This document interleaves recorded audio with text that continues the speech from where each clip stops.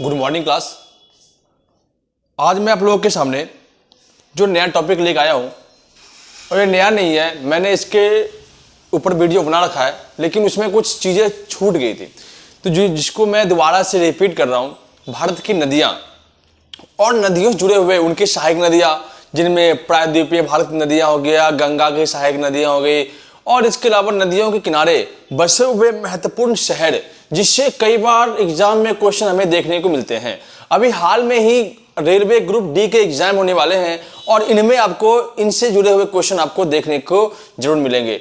तो आपसे रिक्वेस्ट है कि आप इस वीडियो को जरूर देखें और समझने की कोशिश करें। अगर वीडियो आपको पसंद आए तो शेयर करना ना भूले तथा हमारे चैनल को सब्सक्राइब कर ले। अभी हमारा चैनल शुरू हुआ है और हम चाहते हैं कि आप लोग हमारे वीडियो को ज़्यादा से ज़्यादा शेयर करें। तो दोस्तों, मैं बता दूं आप लोगों को कि आज का जो हमारा टॉपिक है वो भारत की नदियां और नदियों से जुड़े हुए जितने भी शहर हैं उनसे हम आपको रूबरू कराते हैं। तो दोस्तों, हमारा टॉपिक नदियां है, तो हम पहले नॉर्थ भारत, वेस्ट भारत और ईस्ट इंडिया जो आपका ईस्ट भारत जो है, इनके बारे में आपको पढ़ाएंगे। पूर्व, उत्तर और पश्चिम भारत के नदियों के बारे में बताएंगे। फिर आपके लास्ट में प्रायद्वीपीय भारत के बारे में आपको बताएंगे। तो वीडियो ज़्यादा लंबी रहने वाली है, करीब आपके 50 मिनट से ऊपर की वीडियो होंगी या उससे कम भी हो सकती है। तो आप कृपया पूरी वीडियो को जरूर देखें और समझ में आए तो कमेंट सेक्शन में कमेंट करना ना भूलें।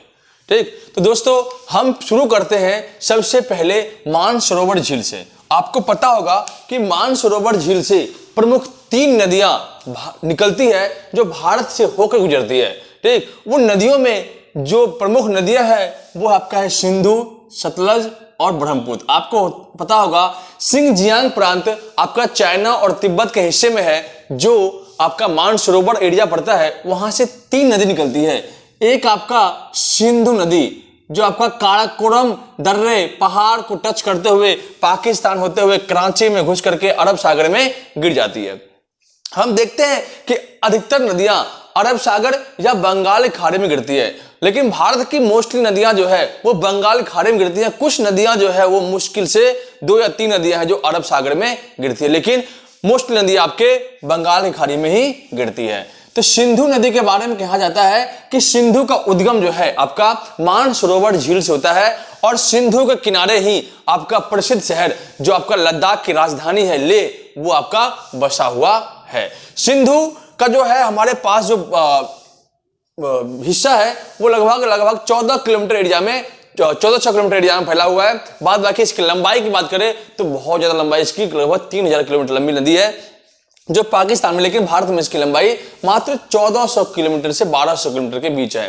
ठीक, आपको पता होगा कि सिंधु जल समझौता हुआ था। ये भी याद रखना कि 1960 में आपका सिंधु जल समझौता हुआ था, और इस समझौते के तहत भारत जो है सिंधु नदी के पानी का मात्र 20% हिस्सा ही यूज कर पा रहा है, बाकी 80% भाग जो है वो पाकिस्तान यूज करता है।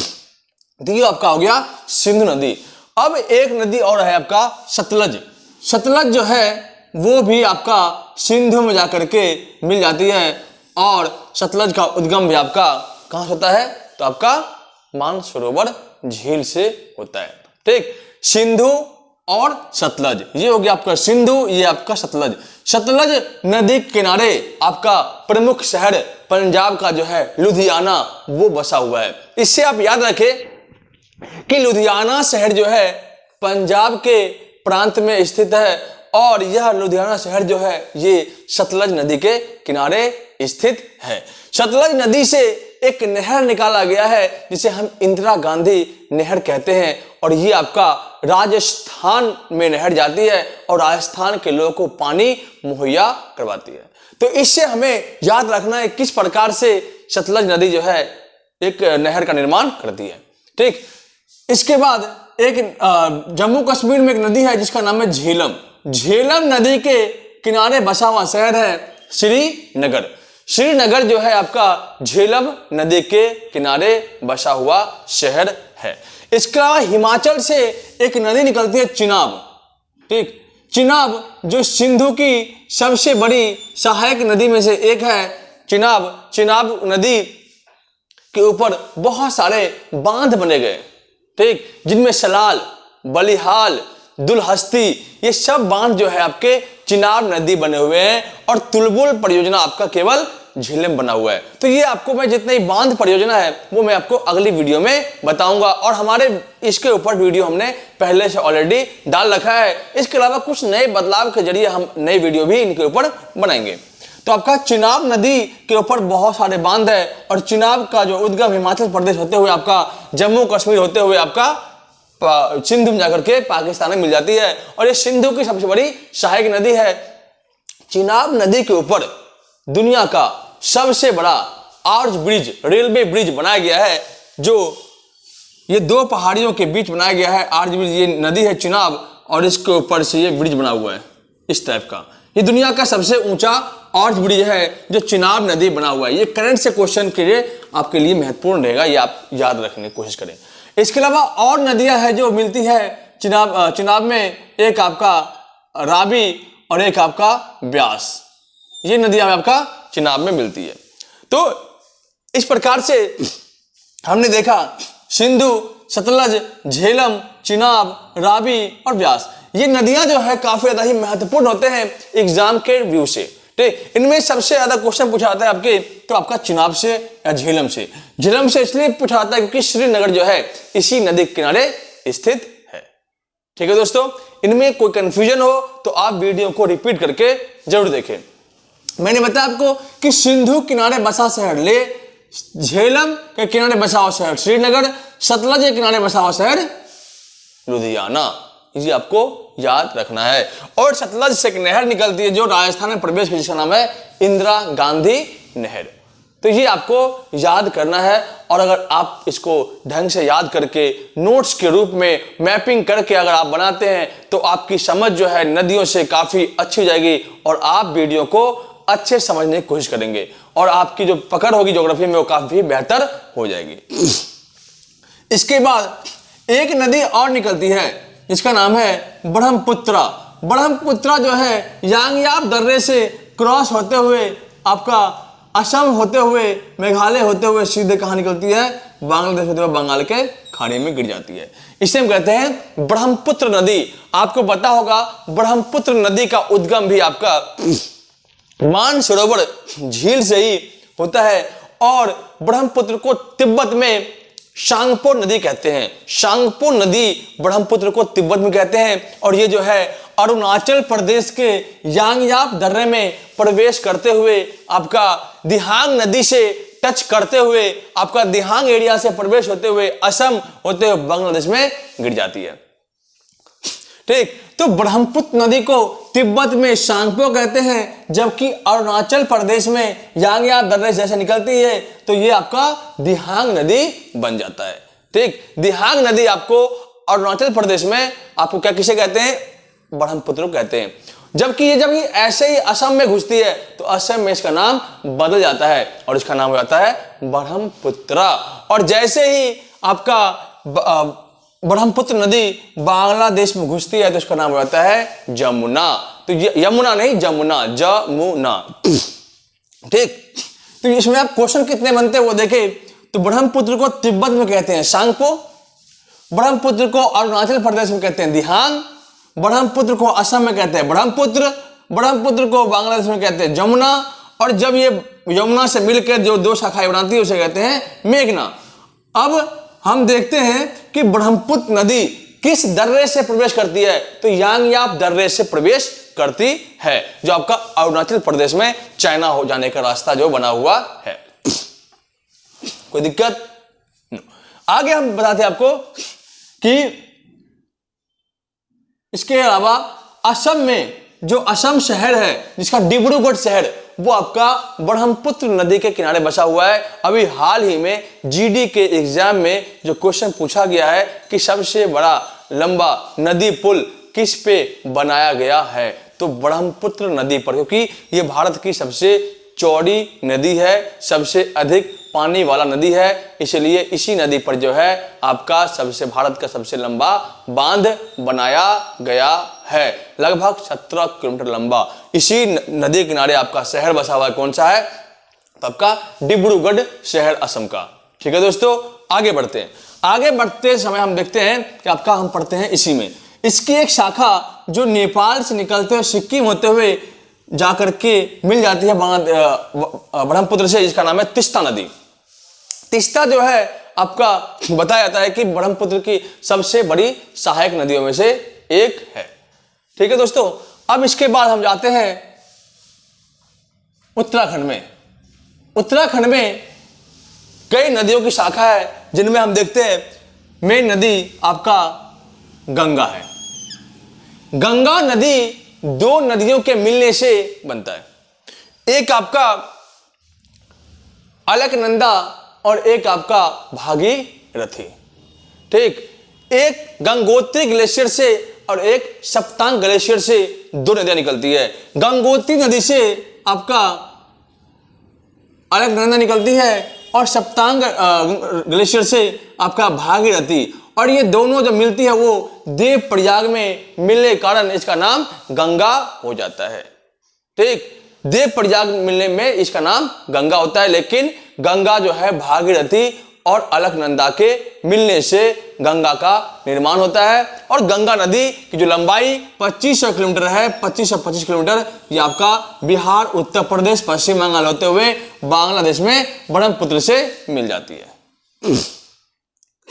इससे जुड़े हुए क्वेश्चन हम देखते हैं। तो गंगा दो नदियों का संगम मिलकर बना है, एक आपका अलकनंदा, एक आपका भागीरथी। अलकनंदा और भागीरथी के मिलने से गंगा का निर्माण हुआ है। गंगा के किनारे बसा हुआ प्रसिद्ध शहर जिनमें आपका कानपुर, इलाहाबाद, वाराणसी और पटना, ये जो नदी है, इस नदी किनारे भारत के महत्वपूर्ण शहर बसे हुए हैं, कानपुर, वाराणसी, इलाहाबाद, पटना। ये इसके बाद इस नदी की शाखाएं भी है जिनमें हम देखते हैं कि एक आपका रामगंगा है, रामगंगा जो गंगा से मिल जाती है। इसके अलावा गोमती, जिसके किनारे लखनऊ शहर बसा हुआ है। लखनऊ, कई बार क्वेश्चन पूछाता है कि लखनऊ शहर जो है किस नदी किनारे बसा हुआ है, तो गोमती नदी किनारे आपका लखनऊ शहर बसा हुआ है। इसके अलावा सरयू, सरयू नदी जिसे बिहार में घाघरा कहते हैं, ये भी आपका सरयू नदी किनारे जो गंगा में जाकर मिल जाती है, इसे कहते, इसके किनारे बसा हुआ है अयोध्या। अयोध्या जो है आपका सरयू नदी के किनारे बसा हुआ शहर है। ठीक, सरयू को बिहार में घाघरा कहा जाता है, जो पटना किनारे सोनपुर में जाकर के ये मिल जाता है। इसके बाद गंगा की लंबाई 2525 किलोमीटर, ये ध्यान रखने वाली बात है, क्वेश्चन बहुत ज़्यादा पूछा जाता है इससे। इसके अलावा गंगा की एक शाखा हुगली जो कलकत्ता में जाकर के मिल जाती है, इसी के हुगली किनारे बसा शहर आपका है कलकत्ता। ठीक, कोलकाता जो है हुगली किनारे बसा हुआ शहर है। इसके बाद ब्रह्मपुत्र में गंगा जैसे ही मिलती है तो इसका नाम होता है मेघना, जबकि गंगा जैसे ही बांग्लादेश में प्रवेश करती है तो इसका नाम हो जाता है पद्मा। जिस तरह से ब्रह्मपुत्र का नाम बांग्लादेश में जमुना पड़ा, उसी तरह से गंगा का नाम बांग्लादेश में क्या पड़ा, तो आपका पद्मा। और जब ब्रह्मपुत्र और गंगा का मिलान होता है तो वो क्या बन जाता है, मेघना। और ये दोनों नदी मिलकर के दुनिया का सबसे बड़ा डेल्टा, सुंदरबन का डेल्टा का निर्माण करता है। ये आप ध्यान रखें। ठीक है दोस्तों, इसके अलावा बिहार में इसकी प्रमुख सहायक नदियां हैं जिनमें गंडक, बूढ़ी गंडक, बागमती, कमला, कोसी, ठीक, इसके अलावा सोन, और इसके अलावा आपका क्यूल, फल्गु, ठीक, निरंजन नदी, इसके अलावा आपका पुनपुन नदी और अजय नदी, ये सब नदियां जो है बिहार में जाकर गंगा से मिल जाती है और गंगा एक बहुत बड़ी नदी बनके निकलती है। गंगा भारत की सबसे पवित्र नदियों में से एक है। इनमें से सहायक नदियां हैं जिसको आपको पढ़ना है, जिनमें एक महत्वपूर्ण नदी में है कोसी, जिसे बिहार का शोक कहा जाता है। बिहार का शोक, कोसी जो सुपौल जिले से होकर गंगा में मिलती है, तो आपका कोसी जो है जिसे हम बिहार का शोक या बगावत नदी कहते हैं, इसमें हमेशा से ही पानी भरा रहता है और जब भी बाढ़ के समय आता है तो ये नदी जो अपने साथ उफान लेकर के आता है। तो हम अगर देखेंगे तो इस साइड की मिट्टियां भी होगी ना, जब मिट्टी चिपटे पढ़ाएंगे आपको तो बताएंगे आपके इस साइड की मिट्टियां जो होगी वो नवीन जलोढ़ मिट्टी होंगी, क्योंकि यहाँ पे हमेशा बाढ़ का पानी आता रहता है और यहाँ पे जो मिट्टी होगी वो उपजाऊ मिट्टी होगी, अर्थात नवीन जलोढ़ मिट्टी होगी। ठीक है दोस्तों, अब हम आते हैं एक नदी और गंगोत्री ग्लेशियर से निकलती है, जिसका नाम है यमुना। और यमुना जो है आपका पानीपत अटैच होते दिल्ली होते हुए आपका इलाहाबाद में गंगा से मिल जाती है। और गंगा की सबसे बड़ी सहायक नदी आपका यमुना है, ये आपको पता होगा, जो प्रयागराज में इसका मिलन होता है गंगा से। ठीक, यमुना किनारे बसा हुआ शहर पानीपत, आगरा, दिल्ली, ये आपका कहाँ बसा हुआ है? यमुना के किनारे बसा हुआ शहर है। ध्यान रखने वाली बात है, कौन कौन शहर बसा हुआ है? तो आपका पानीपत, दिल्ली और आगरा, ये यमुना नदी के किनारे बसा हुआ शहर है। इसके बाद दोस्तों मैं आपको बता दूं, ये हो गया यमुना। अब यमुना की कुछ प्रमुख सहायक नदियां हैं। आपको पता होगा कि विंध्याचल पहाड़ी से नदी निकलती है, जिसका नाम है चंबल, जो आपका कोटा होते हुए आपका यमुना में मिल जाता है। तो यमुना की सबसे बड़ी सहायक नदी चंबल, चंबल नदी के किनारे बसा हुआ शहर कोटा। कोटा जो है आपका चंबल के किनारे बसा हुआ शहर है। इसके अलावा केन और बेतवा भी आपका, केन और बेतवा भी आपका जो है इसकी सहायक नदी है। केन और बेतवा किसकी? तो आपका यमुना की सहायक नदियों में से एक है। ठीक, इसके अलावा हम राजस्थान में बात करें तो राजस्थान की दो सबसे प्रमुख नदी है, एक आपका लूनी नदी और एक आपका साबरमती नदी। ठीक, लूनी और साबरमती। लूनी नदी जिसे राजस्थान के अंदर पवित्र मानी जाती है, और लूनी नदी जो है ये कच्छ किरण में आकर के मिल जाती है। ये ऐसी नदी है जो एक नदी है जो खत्म हो जाती है कच्छ किरण में। क्वेश्चन पूछाता है कि भारत की वह कौन सी नदी है जो कच्छ किरण में जाकर के विलुप्त हो जाती है, समा जाती है? तो आपका है लूनी नदी। और अरावली की पहाड़ी से भारत की सबसे गंदी नदी निकलती है, जिसका नाम है साबरमती नदी। ठीक, साबरमती नदी के किनारे बसा हुआ शहर आपका है गांधीनगर और अहमदाबाद। गांधीनगर और अहमदाबाद जो है आपका साबरमती किनारे बसा हुआ शहर है। इसी नदी के ऊपर स्टैच्यू ऑफ यूनिटी बना हुआ है। ये क्वेश्चन के लिए काफी ज्यादा ही महत्वपूर्ण रहता है, आप इसको ध्यान दें। ठीक, ये आपका है अहमदाबाद और गांधीनगर किसके नदी किनारे बसा हुआ है? तो आपका साबरमती नदी किनारे बसा हुआ है। विंध्याचल की पहाड़ी से एक नदी और निकलती है, इसका नाम है छिपड़ा। छिपड़ा नदी जो है विंध्याचल की पहाड़ी से निकलती है और छिपड़ा नदी के किनारे बसा शहर है उज्जैन। उज्जैन। अब उज्जैन की बात करें तो हम देखते हैं कि हमारे कुंभ का जो मेला है वो लगभग 3 से 4 जगह लगते हैं, जैसे हरिद्वार गंगा नदी किनारे, इलाहाबाद गंगा नदी किनारे, और उज्जैन छिपड़ा नदी किनारे, और नासिक गोदावरी नदी किनारे। ये आपके 4 जगह पे आपके कुंभ का मेला आयोजित किया जाता है। ये क्वेश्चन कई बार पूछे जाते हैं, कुंभ का मेला किस नदी किनारे लगाया जाता है और कहाँ लगाया जाता है और कितने जगह पे लगाया जाता है? तो आप इसको ध्यान दें। एक आपका हरिद्वार में गंगा नदी किनारे, प्रयागराज में गंगा यमुना संगम पे, उज्जैन में छिपड़ा नदी किनारे, और नासिक जो आपका मुंबई में पड़ता है वो आपका गोदावरी नदी के किनारे लगता है। ठीक, तो उज्जैन किस नदी के किनारे बसा हुआ है? तो आपका छिपड़ा नदी के किनारे बसा हुआ शहर आपका है उज्जैन। ठीक, इसके बाद हम पढ़ते हैं मेन नदी, जिनमें आपका छत्तीसगढ़ और मध्य प्रदेश के बीच में बसा हुआ पहाड़ है महाकाल पर्वत। महाकाल पर्वत से 3 प्रमुख नदी निकलती है। एक आपका सोन जो बिहार में पटना में जाकर के गंगा से मिलती है, एक आपका नर्मदा नदी जो आपका मध्य प्रदेश गुजरात होते हुए आपका सीधे राजस्थान मध्य प्रदेश और गुजरात होते हुए सीधे अरब सागर में गिरती है। इसके अलावा एक नदी और महानदी जो आपका बंगाल की खाड़ी में उड़ीसा होते हुए गिर जाती है। नर्मदा नदी के किनारे दूध सागर धुआंधार जलप्रपात इसी नदी पर बना हुआ है।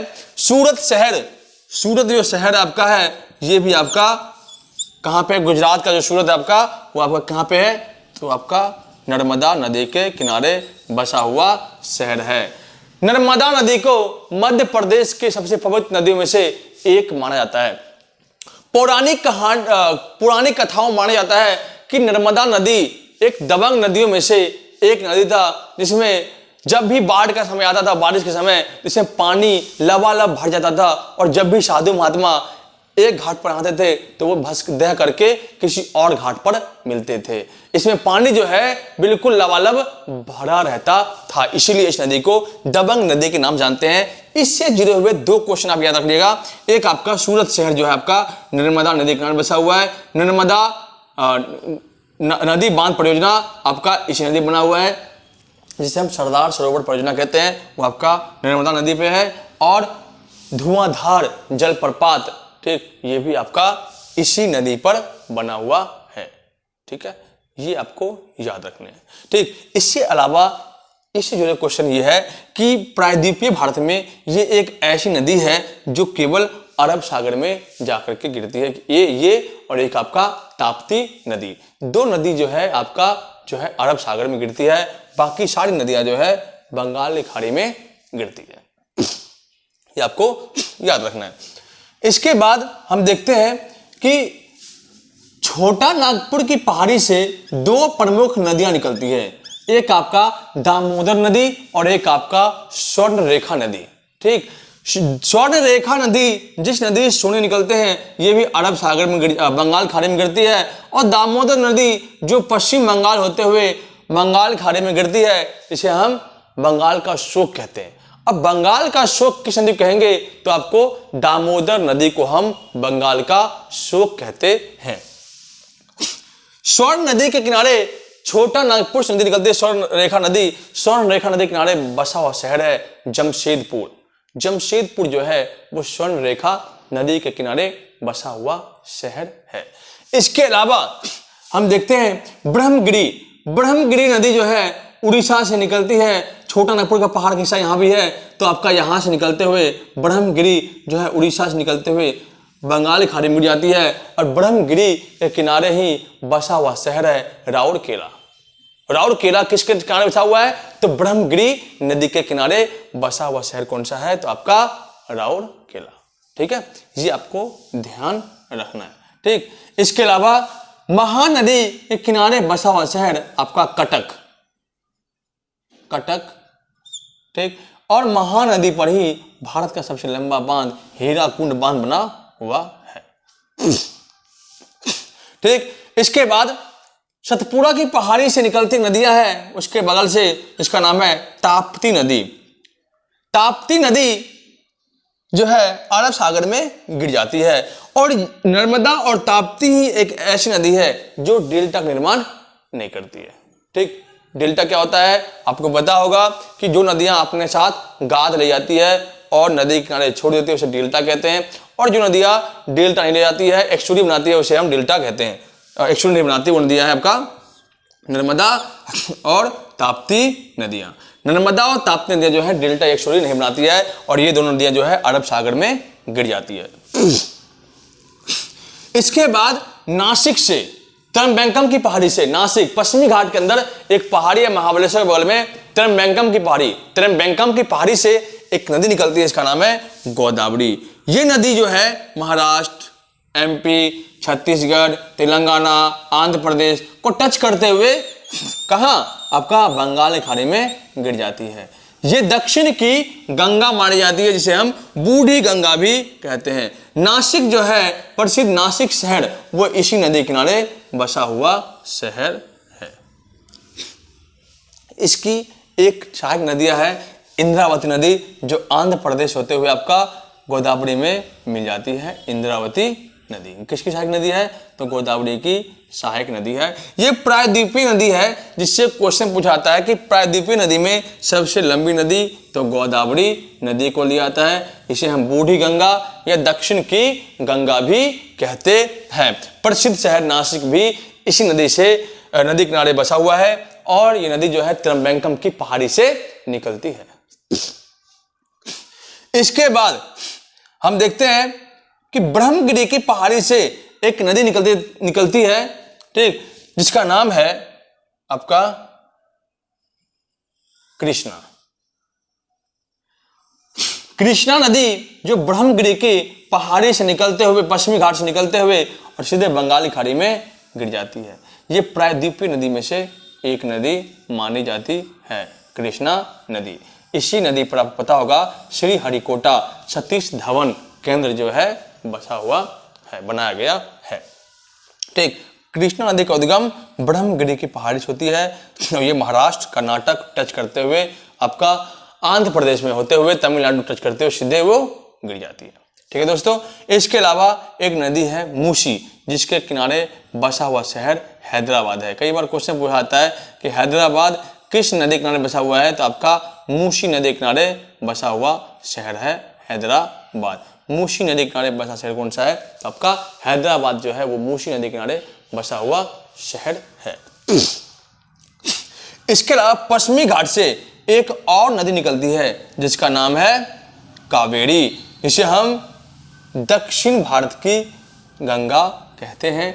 दक्षिण भारत की सबसे पवित्र नदी ये नदी है, जब का कर्नाटक होते हुए तमिलनाडु टच करते हुए ये निकलती है, ठीक। और ये नदी जो है इसके किनारे कोयम्बटूर शहर जो है प्रसिद्ध तमिलनाडु का, वो आपका कोयम्बटूर कहाँ बसा हुआ था, आपका कावेरी नदी के किनारे बसा हुआ शहर है कावेरी नदी, जो दक्षिण भारत की गंगा अर्थात पवित्र नदियों में से एक नदी मानी जाती है। इसके अलावा एक नदी और निकलती है पश्चिमी घाट से, पेरियार नदी, जिसे केरल की सबसे लंबी नदी कही जाती है। पेरियार राष्ट्रीय उद्यान भी है, पेरियार नदी भी है और पेरियार सागर भी है, लेकिन पेरियार यहाँ पे नदी है जो दक्षिण भारत की सबसे लंबी नदी और प्रायद्वीप भारत में केरला की सबसे लंबी नदी मानी जाती है।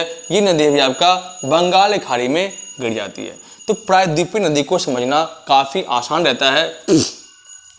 गोदावरी की बहुत सारी शाखा है, येन गंगा, मेन्ना, पेन्ना, जितने भी आपकी है, जो आपका इंद्रावती, ये सब आपकी गोदावरी की सबसे प्रमुख सहायक नदी है। इनमें सहायक नदियों में से ज़्यादातर क्वेश्चन नहीं पूछता है।